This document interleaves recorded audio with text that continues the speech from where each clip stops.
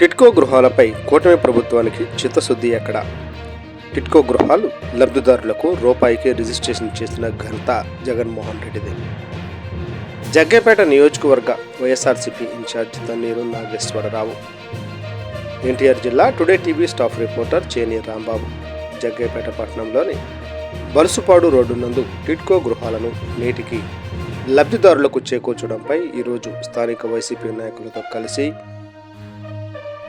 పర్యవేక్షించి మీడియాతో మాట్లాడిన జగ్గేపేట నియోజకవర్గ వైఎస్ఆర్సీపీ ఇన్ఛార్జి తన్నీరు నాగేశ్వరరావు మరియు రాష్ట్ర కార్యదర్శి ఇంటూరి రాజగోపాల్. ఈ సందర్భంగా వారు మాట్లాడుతూ జగ్గేపేటలో ఉన్న ఇళ్లు పూర్తి కాకుండా మధ్యలో ఉన్న టిడ్కో గృహాలను ప్రజల నుంచి ఓట్లు దండుకోవడం కోసం ఆర్భాటాలు చేసి 2019 ఎన్నికల ముందు మామిడి తోరణాలు కట్టి గృహప్రవేశాలు చేశారు. గృహప్రవేశాలు చేసినప్పటికీ లబ్ధిదారులు ఉండటానికి సరైన మౌలిక సదుపాయాలు కల్పించకుండా గాలికి వదిలేశారని ధ్వజమెత్తారు. జగన్ ప్రభుత్వంలో ఈ ఇల్లు కట్టడానికి స్థల సేకరణ బకాయిలు మొత్తం పూర్తి చేసి ఎల్ఎన్టీ కంపెనీ వారితో మాట్లాడి వారికి రావాల్సిన బకాయిలు ఇచ్చి 33 kV సబ్స్టేషన్ నిర్మాణం చేశారు. ఇల్లు పూర్తి చేద్దాం అన్న సమయంలో కరోనా రావడంతో సమయం సరిపోక ఆగిపోయాయి. ఎన్నికల సమయంలో టిడ్కో ఇళ్ల నిర్మాణాలు వెంటనే పూర్తి చేసి లబ్ధిదారులకు అందజేస్తామని హామీ ఇచ్చిన కూటమి ప్రభుత్వం నేడు కూటమి ప్రభుత్వం ఏర్పడి 2 సంవత్సరాలు కావస్తున్నా లబ్ధిదారులను పట్టించుకున్న నాదుడే లేడు. మౌలిక సదుపాయాలు మంచినీటి సౌకర్యాలు కల్పించి వెంటనే లబ్ధిదారులకు అందజేయాలి. బ్యాంకులకు ఈఎంఐలు చెల్లించలేక తీవ్ర ఇబ్బందులు పడుతున్న లబ్ధిదారులు. వైసీపీ ప్రభుత్వంలో ముఖ్యమంత్రి వైఎస్ జగన్మోహన్ రెడ్డి టిడ్కో సముదాయాల మౌలిక సదుపాయాలకు 18 కోట్లు కేటాయించడం జరిగింది. కూటమి ప్రభుత్వం వెంటనే మౌలిక సదుపాయాలు కల్పించి లబ్ధిదారులకు ఇళ్లు అందించకపోతే వైసీపీ పెద్ద ఎత్తున ఆందోళన చేపడుతుంది. రాజకీయ కోణంతో అడుగుతున్నారు, రాజకీయ విమర్శలు చేస్తున్నారు అనే పరిస్థితి ఉంది. ఎందుకంటే మేము కూడా ఈ సంవత్సరాల్లో ప్రభుత్వంలో ఉన్నాం, కానీ మేము కూడా ఎంత చిత్తశుద్ధితో చేసినప్పటికీ కూడా తెలుగుదేశం పార్టీ వాళ్ళు చేసిన తప్పులకి మేము ఇవన్నీ కూడా పూర్తి చేయలేకపోయాం. ఇవాళ కూడా మేము సంవత్సరంన్నర టైం ఇచ్చాం. ఇప్పటికీ ఈ కూటమి ప్రభుత్వం ఏర్పడి సంవత్సరంన్నర దాటింది. ఇవాళ అడుగుతా ఉన్నాం మిమ్మల్ని, ఈ సంవత్సరాల కాలంలో మీరు ఏం చేశారు? మీ మానస పుత్రిక మీరు కన్నబెట్టేది, మీరు దీన్ని పూర్తి చేయడానికి ఏం చిత్తశుద్ధి చూపించారు? ఇప్పటి వరకు ఇంకా బకాయిలున్న ఎల్ఎన్టీ వాళ్ళకి బకాయిలు మీరు చెల్లించలేదు. ఇంతవరకు మరి ఆ ఈఎల్ఎస్ఆర్ని ఇంతవరకు నిర్మాణం మొదలు పెట్టలేదు. ఆ కృష్ణా జలాలు తీసుకొచ్చి ఇక్కడ టిడ్కో ఇళ్ళకి ఇస్తున్నారు, అది ఇంతవరకు నిధులు కేటాయించలేదు. అందులో పైప్ లైన్లు వేయలేదు. మరి వాడుకోవడానికి నీళ్లకు సంబంధించి ప్రొవిజన్ పైప్ లైన్లు జిఎల్ఎస్ఆర్కి ఏర్పాటు చేయలేదు. మేము ఒకటే డిమాండ్ చేస్తా ఉన్నాం వైఎస్ఆర్ కాంగ్రెస్ పార్టీ తరఫున, మరొక 3 నెలల సమయం తీసుకోండి. మీరు లబ్ధిదారులకి ఏదైతే మీరు 2019లో గృహప్రవేశాలని చెప్పి కపట నాటకం ఆడారో, దొంగాబద్దాలు చెప్పారో, లబ్ధిదారులను మోసగించారో, ఆ మోసాన్ని ఇప్పటికైనా మీరు నిజం చేసుకోండి. ఇప్పటికైనా లబ్ధిదారులకు నిజంగా కేటాయించండి. అంటే ఇచ్చారు అంటే వాళ్ళు నివాసం ఉండేటట్టుగా మీరు ఏర్పాటు చేయండి. ఎందుకంటే మీరు మీ ప్రభుత్వంలో ఏర్పాటు చేసిన టిడ్కో ఇళ్ళు ఇవి, మీకు ప్రెస్టేజ్ ఉండాలి. మేము జగనన్న మోడల్ కాలనీ ఎదురుగా పెట్టాం. సుమారుగా అక్కడ 800 ఇళ్ళు ఏర్పాటు చేశాం. సుమారుగా 300 మంది నివాసం ఉంటున్నారు ఇవాళ అక్కడ. మీరు కనీసం రోడ్లు వేయట్లేదు, అక్కడ డ్రైన్లు ఏర్పాటు చేయట్లేదు, మంచినీళ్ళు సరిగా సప్లై చేయట్లేదు. అయినప్పటికీ కూడా ఎవరిల్లు వాళ్ళదని చెప్పి వాళ్ళ సొంత ఇల్లు అనే ఫీలింగ్ తోని పేద ప్రజానికి అక్కడ ఉండి మరి చక్కగా నివాసం ఉంటా ఉన్నారు. ఇవాళ వైఎస్ఆర్ కాంగ్రెస్ పార్టీ తరఫున మేము డిమాండ్ చేస్తా ఉన్నాం స్థానిక ఎమ్మెల్యే గారిని, ఎంపీ గారిని, రాష్ట్ర ప్రభుత్వాన్ని, సంబంధిత మంత్రుల్ని, మీరు తక్షణం ఈ టిడ్కో ఇళ్ళు ఏదైతే ఉన్నాయో వాటిని పూర్తి చేయండి. ఎందుకంటే ఇప్పటికే 365 స్క్వేర్ ఫీట్ కింద 160 మంది లోన్ తీసుకున్నారు దీని మీద.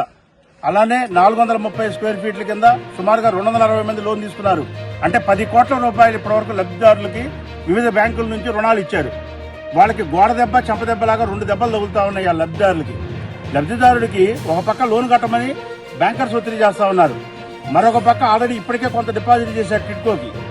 అలానే మళ్ళీ అద్దెంట్లో ఉంటున్నాడు. అటు అద్దె కట్టలేక ఇటు బ్యాంక్ ఇన్స్టాల్మెంట్ కట్టలేక నిజంగా ఎలా బతకం మహాప్రభు అన్నట్టుగా ఇవాళ లబ్ధిదారుల ఆర్థిక పరిస్థితి ఉంది. లబ్ధిదారుల దీనమైన పరిస్థితి మనం అర్థం చేసుకొని తప్పనిసరిగా లబ్ధిదారుల కోసం, టిడ్కో లబ్ధిదారుల కోసం ఒక 2-3 నెలల్లోనే ఈ యొక్క ప్రాజెక్టు పూర్తి చేసి అన్ని సకల సదుపాయాలతోని మౌలిక సదుపాయాలతోని నివాస యోగ్యంగా ఉండేటట్టుగా లబ్ధిదారులకి ఈ యొక్క మరి టిడ్కో ఇళ్లన్నీ కూడా కేటాయించాలని చెప్పి వైఎస్ఆర్ కాంగ్రెస్ పార్టీ తరఫున డిమాండ్ చేస్తూ, అలా కాని పక్షంలో 3 నెలలు సమయం ఇస్తాం. అలా కాని పక్షంలో ఈ 3 నెలల తర్వాత ప్రజలను కలుపుకొని లబ్ధిదారులను కలుపుకొని పెద్ద ఎత్తున ఇక్కడ ఉద్యమం చేస్తామని చెప్పి తెలుగుదేశం పార్టీకి, కూటమి ప్రభుత్వానికి, స్థానిక ఎమ్మెల్యే గారికి అందరికీ నమస్కారం. ఇవాళ వైఎస్ఆర్ కాంగ్రెస్ పార్టీ ఆధ్వర్యంలో ముఖ్యమైన నాయకులు ఇక్కడికి జగ్గేపేటలో ఉన్నటువంటి టిడ్కో ఇళ్లు ఏదైతే 3150 ఇళ్లు నిర్మాణ దశలో ఉన్నాయో వాటిని పరిశీలించడం కోసం రావడం జరిగింది. మరి నేను మున్సిపల్ చైర్మన్గా 2014 నుంచి 17 వరకు చేశాను. సోదరుడు ఇప్పుడు మీ ముందు మాట్లాడినటువంటి ఇంటూ చిన్న గారు కూడా 17 నుంచి 19 వరకు చేశాం. మేము చేసినప్పుడు అప్పుడు ప్రపోజల్స్ వచ్చినప్పుడు కూడా మేము ప్రతిపక్షంలో ఉన్నాం. ఆ రోజున ఏమంటే ఇక్కడ టిడ్కో ఇళ్లు సాధ్యపడదు, ఈ ప్రాంతంలో 20-25 లక్షల రూపాయలకి ఎకరం పొలం వస్తుంది, మీరు ఇప్పటికే దీనికి 35 ఎకరాలు సేకరిస్తా అన్నారు, ఇంకో 35-40 ఎకరాలు సేకరిస్తే మీకు సుమారుగా ఒక 2000 మందికి ఇళ్ల స్థలాలు ఇవ్వచ్చు 2 సెంట్ల లెక్క. ఎందుకంటే 2006లో ధనంబోర్డులో కూడా 40 ఎకరాలు సేకరించి అక్కడ 1200 ఇళ్ల పట్టాలు ఇవ్వడం జరిగింది. ఒక్కొక్కరికి 2 సెంట్ల లెక్క ఇస్తే బ్రహ్మాండంగా ఇళ్లు కట్టుకుని వాళ్ళ 1000 మంది నివాసం ఉంటున్నారని చెప్పి ఆ రోజున మున్సిపల్ చైర్మన్గా ఉన్న మీ ఇద్దరం కూడా వీటిని విభేదించి ఇది ఇక్కడ టిడ్కో ఇళ్లకి సూట్ అవ్వదు జగ్గేపేట అని చెప్పినప్పటికీ కూడా ఆ రోజున మరి అధికారం మరి తెలుగుదేశం పార్టీలో ఉంది. ఆ రోజున్న శాసనసభ్యుడు, ప్రస్తుతం ఉన్న శాసనసభ్యుడు కూడా ఒకళ్లే. మరి ఈయన కూడా మరి అవగాహన లేకుండా ఇక్కడ టిడ్కో ఇళ్లను ప్రతిపాదించడం, మరి వాటిని ఏమన్నా పూర్తి చేశారా అంటే వాటిని సుమారుగా 3100 ఇళ్లకి 170 కోట్ల ఖర్చు వస్తే ఆ రోజుకి వాళ్ళు దిగిపోయే నాటికి వాళ్ళు పేమెంట్ చేసింది కేవలం 110 కోట్లే. ఇకపోతే 3100 కోట్లు స్కెల్టన్ గా కట్టారు. అందులో కరెంటు మీటర్లు లేవు, కరెంటు సబ్స్టేషన్ లేదు, కరెంటు లైన్లు లేవు, మంచినీళ్ళకి సదుపాయాలు లేవు, వాడుకోవడానికి నీళ్ళకి సదుపాయాలు లేవు, సివరేజ్ ట్రీట్మెంట్ ప్లాంట్ లేదు, డ్రైన్లు లేవు, రోడ్లు లేవు. అయినప్పటికీ కూడా 2019 ఎన్నికలు వస్తున్నాయని చెప్పి హడావుడిగా అసంపూర్తిగా ఉన్న ఇళ్లని ప్రజలను మభ్యపెట్టడం కోసం, లబ్ధిదారులను మభ్యపెట్టడం కోసం ఈ ఇళ్లు గృహప్రవేశాలని చెప్పి ఆ రోజున మరి లబ్ధిదారులందరినీ కూడా పిలిపించి ఇక్కడ మామిడి తోరణాలు కట్టించి పాలు పొంగిచ్చి మరి వాళ్ళందరినీ కూడా మరి ఓట్లు దండుకోవడం కోసం 2019లో జనవరిలో మోసం చేసిన మాట ప్రజలందరికీ కూడా తెలుసు. మరి ఆ రోజు ప్రభుత్వం దిగిపోయే నాటికి వీళ్లు సుమారుగా 60 కోట్ల రూపాయలు 60 కోట్ల నుంచి 70 కోట్ల రూపాయలు బకాయి బడి ఎల్ఎన్టీకి ఎటువంటి మౌలిక సదుపాయాలు ఏర్పాటు చేయకుండా వదిలేస్తే 2019లో జగన్మోహన్ రెడ్డి గారు ముఖ్యమంత్రిగా అయ్యారు. ఆయన తర్వాత మేమంతా కూడా ఆ రోజున్న శాసనసభ్యుడు ఉదయభాను గారి నేతృత్వంలో మేమందరం కూడా మరి గట్టి ప్రయత్నం చేయడం జరిగింది. కాదండి వీళ్ళకి సరే ఏదైనా ప్రభుత్వాలు ఏదైనా కానీ టిడ్కో ఇళ్లు ప్రభుత్వాన్ని నమ్మి వాళ్ళు డబ్బులు కట్టారు. 300కి అయితేనేమో 500 రూపాయలు కట్టారు 300 స్క్వేర్ ఫీట్ కి. అలానే 365 స్క్వేర్ ఫీట్ కి అయితే 50,000 కట్టారు. మరి 430 స్క్వేర్ ఫీట్ కి అయితే 1,00,000 రూపాయలు కట్టారు. ఆ డబ్బులు కట్టి మళ్ళీ ఇప్పుడు బయట అద్దెలుకుంటున్నారు. కాబట్టి వాళ్ళకి నిర్మాణాలు పూర్తి చేస్తే వాళ్ళు గృహప్రవేశాలు చేసుకుంటారు, నివాసం ఉంటారు అని చెప్పి ఆ రోజున ఫోర్స్ చేయడం జరిగింది. దురదృష్టం ఆ రోజున ఒక 2 సంవత్సరాలు కరోనాలో వెళ్ళిపోయింది.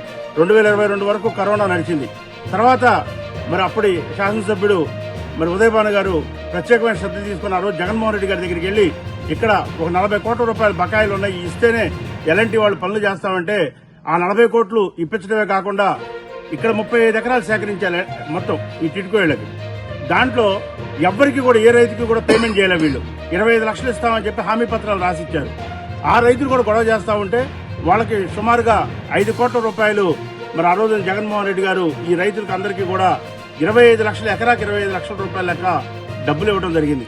అంతేకాదు ఇక్కడ రైతులు కొంతమంది మాకు సోలార్ నష్టపోయాం, మేము బోర్లు నష్టపోయామంటే వాటికి కూడా మరి పేమెంట్ ఇవ్వడం జరిగింది. అదేవిధంగా అప్పటి వరకు బకాయిల్లో కొంత పేమెంట్ చేశారు, ల్యాండ్స్ కి అందరికీ కూడా డబ్బులు ఇచ్చారు. ఇక్కడ ఉండాలి అంటే లేదని చెప్పి జగన్మోహన్ రెడ్డి గారి దృష్టికి తీసుకెళ్తే ఆయన 13 కోట్ల రూపాయలు మంజూరు చేస్తే 8 కోట్లతోని 33 kV సబ్స్టేషన్ కట్టారు.